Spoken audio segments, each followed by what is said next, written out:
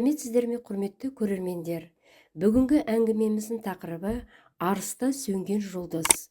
Әңгімемізді бастамас бұрын арнамызға тіркеліп, лайк басып, пікірлеріңізді жазып кетіңіздер. Желтоқсанның 10-ы ең кенже қызы Айнагүлдің, 11-і Бақытгүлдің туған күні болатын. Ал жанұясы болса, әлі аудан орталығында тұратын еді. Қызмет орны өз ошағынан 70 шақырымдай қашықтықта болғандықтан, күнделікті қатынап тұруына да мүмкіндік жоқ. Жұмыс орнын ауыстырған 10 айға жуық уақыт ішінде әкелерінің үйге әрбір келуін балалары сағына күтетін. Совхоз орталығынан жаңадан салынып біткен Ақшаңқан үйге әні-міне көшеміз деген сәтте жақын қалған тұғын. Сол күні желтоқсанның 9-ы екі қызын қуанту мақсаты мен қос қарлығашына сыйлық та алып қойды. Бірақ сол түні әке құшағын сағына күткен шетте 6 бала өздерінің асқар тауларын мәңгілікке жоғалтып алғандарын білген жоқ. Аудан орталығынан шалғай жатқан шаруашылықтың бірі Тақыркөл селолық кеңесіне қарайтын Байырқұм өңірінде кейінгі кезде әртүрлі қылмыс фактілері, оның ішінде мал ұрлау көбейіп кеткен еді. Арыс қалалық ішкі істер бөліміне жергілікті тұрғындардан көптеген шағымдар да түсе бастады. Ал қылмысты азайту үшін ол жаққа тегеуріндік күш қажет болды. Ішкі істер бөлімінің басшылары ойластыра келе, Байырқұм асыл тұқымды мемлекеттік кооперативтік бірлестігіне учаскелік инспекторлыққа милицияның аға лейтенанты Бибасар Отарбековті жіберу керек деп шешті. Себебі ол жұмыс барысында өзінің адалдығы, принциптілігі, еңбекқорлығы және өз ісін жетік білетіндігі арқылы ерекше көзге түскен қызметкерлердің бірі болатын. Сонымен қатар қызметтес жолдастары оны алған бетінен қайтпайтын принциптілігі және өзіне төнген қауіптен тайсалмайтын, қиын сәтте жолдасын жауға тастамайтын ер жүректігі үшін де құрметтейтін. Зор денелі, қарулы жігіттің алдында талай бұзақылар тайсалып кететін. Бірақ Бибасар әр ісін кез келген сәтте күшпен емес, тиісті талапқа сай ақылға жеңдіріп істейтін. Көпшілікпен тіл табыса білетін қабілеті де талайды өзіне тәнті етті. Ал 1989 жылдың қорытындысы бойынша аудандағы учаскелік инспекторлар арасында бірінші орынды иемденді. 1990 жылдың ақпан айында байырқұмдықтар Бибасар Отарбековті өздеріне учаскелік инспектор етіп сайлады. Жұмысқа алғашқы білек сыбанып кіріскен күннен бастап уақытпен санасқан жоқ. Әсіресе мал ұрлығына ерекше тосқауыл қою керек болды. Ұрының түн жамылып келетіні белгілі. Сондықтан да Бибасар үшін құс ұйқылы тірлік кешіп, көбіне түн ұйқыны ұмытуға тура келді. Соның нәтижесінде талай ұрының жолы кесіліп, басқа да біраз қылмыстардың бет ашылды. Байырқұм учаскесінде жасалған 9 қылмыстың 6-ы тікелей Бибасардың қатысуымен ашылды. Атап айтсақ, 1990 жылдың ақпан айынан бастап ұсақ бұзақылық жасағаны үшін 6 адамды жауапкершілікке тартты. Еңбексіз табыспен айналысудың 2 фактісін әшкереледі. Әртүрлі қоғамдық тәртіпті бұзушыларға 17 әкімшілік протокол толтырды. Қоғамдық орындарда ешбір жұмыссыз сенделіп, мас болып жүрушілердің дерді де тәртіпке келтірді. Жұмыстағы жақсы жетістіктері үшін 1990 жылдың тамыз айында еңбек сіңірген учаскелік инспектор белгісімен наградталды. Мұндай құрметті атаққа ие болған облыстағы 3 адамның бірі Бибасар болатын. Осы орайда ауыл адамдарының оған деген ілтипаты, ризашылығы да ерекше еді. Жан ұясынан жылға жуық уақыт жырақ жүрсе де, өз ішіне шын берілген жігіттің ерік жігері талайларды қайран қалдырды. Жан түршігерлік қанды оқиға болардың алдында Бибасарға көмекке милиция сержанты Мамырхан Қыманов жіберілді. Ол Ауғанстанда талай қанды қырғынды басынан өткізген, жас болса да өмірдің ауыр өткелдерінде ысылған жігіттің бірі болатын. Мамырхан милиция қызметіндегі алғашқы қадамын Бибасарға көмекшіліктен бастаған еді. Алайда өзінің ағасы мен көп қызметтес болуды тағдыр оған жазбапты. Әттен қарғыс атқан сол түні. Желтоқсанның 10 күні түнгі 1 сағат 30 минут мөлшері. Айнала меңіреу тыныштық. Құм қойнауынан суырыла шыққан желтоқсанның ызғарлы желі бет қариды. Учаскелік инспектор Бибасар Отарбеков пен милиция сержанты Мамырхан Қамымов екеуі Аққала совхозының территориясында Арыс Шардара трассасының бойында ары-бері жөңкілген транспортқа бақылау жұмыстарын жүргізіп тұрған. Кенет Байырқұм жақтан қос жарығы түн қараңғылығын тілгілеп келе жатқан транспортты байқады. Өздеріне жақындағанда автобус екенін көрді. Тоқтатуға белгі берді. Бірақ автобус жүргізуші тоқтау белгісіне бағынбай өте шықты. Енді не жасау керек? Астыларындағы көлікпен автобустың артынан 5 шақырымдай қуып барып, Шәуілдір трассасына бұрылғанда тоқтатты. Милиция қызметкерлерінің талабын неге орындамайсыздар? Деді екеуі жүргізушіге. Қорықтым. Жүргізуші өз кінәсін мойындағандай жүзін төмен салды. Екеуі автобус жүргізушісінің жол қағаздарын алып кері қайтты. Сырдария арқылы өтетін көпірге 3-4 шақырым қалғанда қарсы алдыларынан ГАЗ-51 жүк машинасы өте шықты. Беке, мына машина әлгінде ғана кері өткен сияқты еді ғой. Түн жарымындағы жүрістері күдік тудырады. Тексеріп көрсек қалай болады? Мамырхан өз ойын айтты. Дұрыс айтасың, қане кері бұрылайық. Жүк машинасын алысқа ұзатпай-ақ қуып жетті. Жүргізуші милиция қызметкерлерінің берген белгісі бойынша тоқтады. Осы сәтте Мамырхан кабинадан шығып, машина жаққа аяндады. Ал қарсы алдындағы 10 метрдей жерде тұрған машинадан бір адам түсті. Жақын келгенде байқаса, қаба сақалды, бойы аласа, жасы 60-ты алқымдаған иықты кісі екен. Сонымен қатар машина бортында жылқы ма, әлде сиыр ма, әйтеуір бір ірі қара малдың сұлбасы көрініп тұрды. Милиция сержанты Қыманов, құжаттарыңызды көрсетіңіз. Саған қандай құжат керек? Қаба сақалды кісі сес көрсеткендей дүңк кете қалды. Ал Мамырхан болса, саспай ғана бейтаныстың бетіне қолшам жарығын түсіріп, кабинаға жақындай берген сол еді. Ол жаққа жақындамаған жөн, әйтпесе жақсы болмайды. Бейтаныс ызғарлы даусымен төтесінен тартты. Осы мезетте кабинадан 3 жігіт секіріп түсті де Мамырханға қарай жақындай түсті. Қолдарын арттарына ұстап алған.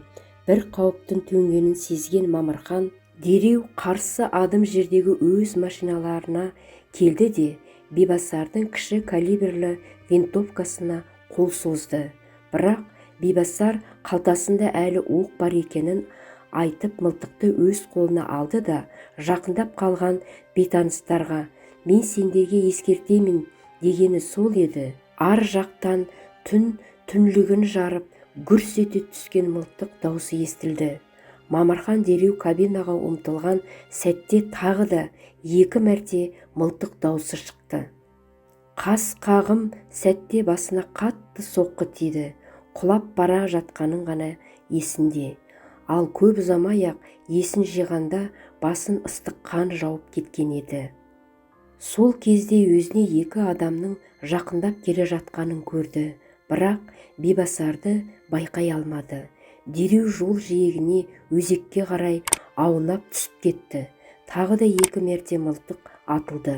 Артына көз салғанда бағанағы 2 адамның қол шамдарымен өзін іздеп жүргенін байқады. Қай тілде сөйлескендері белгісіз, бірақ түн тыныштығында дауыстары ап-анық естіліп тұрды.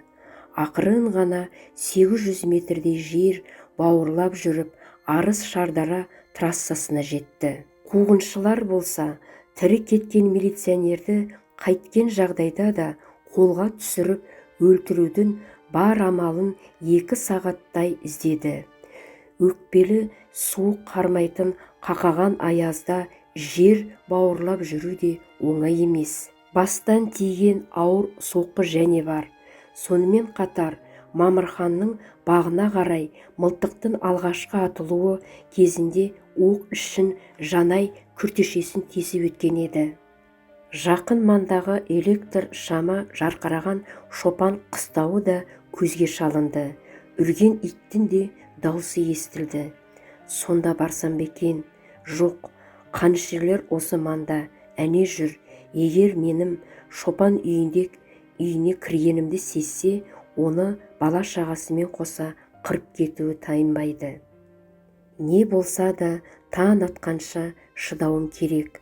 Тұла бойын тітіркентіп бара жатқан қақаған аязда қол аяғы қалшылдап тұрса да шыдауға тырысты. Таңғы сағат 8-ден асқан мөлшерде үлкен трассаға шықты. Алайда жолаушы машиналардың бірде-біреуі үсті басы қан-қан, киімі жұлмаланған жаралы милиционерге тоқтаған жоқ. Енді амал не? Сол маңайдан 1,5 шақырым мөлшердегі Шопанның үйіне баруға тура келді. Болған оқиғаны естіген Шопан жігіт машина тоқтатуға көмектесті.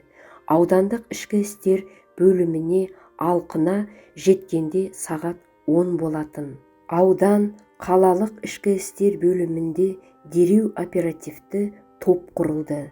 Оның құрамына ішкі істер бөлімі бастығының оперативті жұмыстар жөніндегі орынбасары милиция майоры Рақымжан Нақыпбеков, аудандық прокуратураның тергеушісі Бақытжан Бөгенбаев, қылмысты іздестіру бөлімінің оперативті уәкілдері Серік Көлбаев, Разым Жапаров және Мамырхан Қымановтың өзі кірді.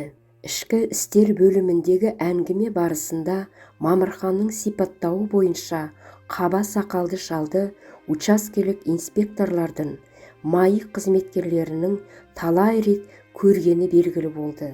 Олар сонымен қатар жол бойында май құю станциясына тоқтады да, топ жетекшісі Нақыпбеков пен тергеуші Бөгенбаев кезекші оператор Шульвиннен газ 51 маркалы артқы борты жапырайған машинамен қаба сақалды, аласа бойлы, жасы 60-тар шамасындағы бір адам сіздерге жанар май құюға келіп тұрмай ма деп сұрады. Оператор болса, ол адамның анда-санда Аққала совхозы жақтан жанармай құюға келетінін, кеудесінде ұлы отан соғысына қатысқан деген белгіні көрсететін колодка тағып алғанын, қорықшы болып істейтінін, бірақ аты жөнін білмейтінін айтты. Осы суреттеуді естігенде Мамырхан, қателеспесем, дәл соның өзі деді. Оперативті топ ең бірінші Бибасарды іздеуге кірісті. О, сұмдық-ай, мұндай да айуандық болады екен-ау. Машинаның қаңқасы ғана оқиға болған жерден 26 шақырым қашықтықтан табылды. Сөйтсе қанішер топ оны буындырып өлтіріп, жерге үйіған көп қанға қарағанда солай сияқты. УАЗ 452 машинасының бортына жатқызып, үстіне жағар май құйып өртеп жіберген екен. Оперативті топ тек мәйіттің жанбай қалған сағаты, жұлдызша түймесі, алтын тісі, фуражкасының кокардасы арқылы Бибасар екенін білді. Арыс өңірінде бұрын соңды болмаған мұндай қаныпезерлік оқиғаны көргенде әріптес жігіттердің жанары жасқа толды. Қылмыскерлердің ізін суытпай ұстау жұмыстары сол күні-ақ жүргізілді. Оперативті іс-қимыл жасауды нәтижесінде Қаба Сақалдының мекен жайы белгілі болды. Осы Сырдария өзенінің бойындағы Шымкент-Промстрой тресіне қарасты жайлы орын аңшылар үйіне жайғасыпты. Үй аса сақтықпен қоршауға алынды. Қылмысқа қатысты деген әрбір детальға ерекше назар аударылды. Анадай жерде мемлекеттік номері жоқ, артқы борты қисайған ГАЗ-51 жүк машинасы тұр. Оны көргенде Мамырхан қанішерлер дәл осы машинада болғанын дөп таныды. Және де машинаға жұққан қан белгілерін де байқау қиын емес еді. Бұл кезде үйде ешкім жоқ болатын. Оперативті топ мүшелері берік тосқауыл құрып, үй иесін күтті. Әлден уақытта асыға күткен Қаба Сақалдының өзі де келді. Түрінде абыржығандық, шаршағандық белгісі бар. Бірақ ол қолға түскенмен 17 күн бойы қылмысын мойындаудан бас тартты. Сонымен қатар қорықта тұрған үйінен 40 метрде ғана қашықтықтан арнайы металл іздейтін аппаратпен сүзген кезде кесілген шолақ мылтық табылды. Соған қарамастан Қаба Сақалды қылмысын мойындамай өзінше әртүрлі дәлелдер айтып бет бақтырмады. Қылмысты істі қайткен жағдайда да тез ашу керек болды. Себебі аталмыш оқиға дақпыртына бір аудан ғана емес, бүкіл облыс тұрғындары құлақ асып отырды. Бәрінің көкейіндегі сұрақ: қылмыскерлер ұсталды ма екені белгілі. Ал егер де істің түйіні шешілмесе, ішкі істер бөлімінің атына үлкен сын болары, халық алдында беделі төмендері сөзсіз еді. Мәселені ойластыра келе, Қаба Сақал Гафаровпен бірге қорықшы болып істейтін ұлы, Шымкент қаласында тұратын Расул Гафаровты ұстауға тура келді. Облыстық ішкі істер басқармасы мен Арыс қалалық ішкі істер бөлімінің бірлесуімен құрылған жедел ұстау тобы көп ұзамай-ақ оны да қолға түсірді. Үйдің подвалын тексерген кезде Бибасардың кіші калибрлі винтовкасы мен аңшы пышағы табылды. Расул өзінің жасаған қылмыстарын көп бұлталаққа салынбай-ақ мойындады. Ал әкесімен беттестірген кезде: «Әке, мен бәрін мойындадым. Енді қанша өтірік айтқанмен ештеңе шықпайды» дегенде ғана топ басшысы болып жүрген әкесі ызадан жарылып кете жаздады. Содан кейін үшінші қылмыскер, еш жерде жұмыс істемейтін және тұрақты жері жоқ Василий Хашировта қақпанға түсті. Тек төртінші қылмыскер ғана бой тасалап үлгерді. Тергеу барысында ұйымдасқан түрде қылмыс жасаушы топтың Шымкент облысының территориясында ғана бұдан да басқа 8 қылмыс жасағандары дәлелденді. Олар Түркістан, Бөген, Сарыағаш, Ленин, Шардара аудандарында әртүрлі машина, мал, ара ұясы, трактор, тағы басқа ұрлықтар жасаған. Бұл айтылғандар жөнінде бұлтартпастай нақтылы заттай айғақтар да табылды. Бұл оқиғаны естіген мезгілде біз де кабинетте бей-жай отыра алмадық. Көп ұзамай жолға шығуға тура келді. Негізгі мақсатымыз қылмысқа қарсы күресте қайғылы қазаға ұшыраған Бибасар Отарбековтың жанұясына аудан, совхоз және облыстық ішкі істер басқармасы мен қалалық ішкі істер бөлімі басшылары тарапынан қандай жағдай, қамқорлықтар жасалғанын білу еді. Біздің алғашқы кездескен адамымыз ауданның сол кездегі басшыларының бірі Тұрғанбек Сәрсенбаев болды. Қандай мәселемен Астанадан ат терлетіп келгенімізді естігенде бұл ниеттерің өте дұрыс екен жігіттер, деп жылы қарсы алды. Халықтың тыныштығы үшін күреске қаза болған азаматтың жолында аянып қалып жатқан ештеңеміз жоқ. Амандық болса кезекті сессияда Арыс қаласында бір көшенің атын береміз деген ойдамыз. Сонымен қатар жанұясына қолдан келгенше тұрған үйін жақсартуға да көмектесеміз.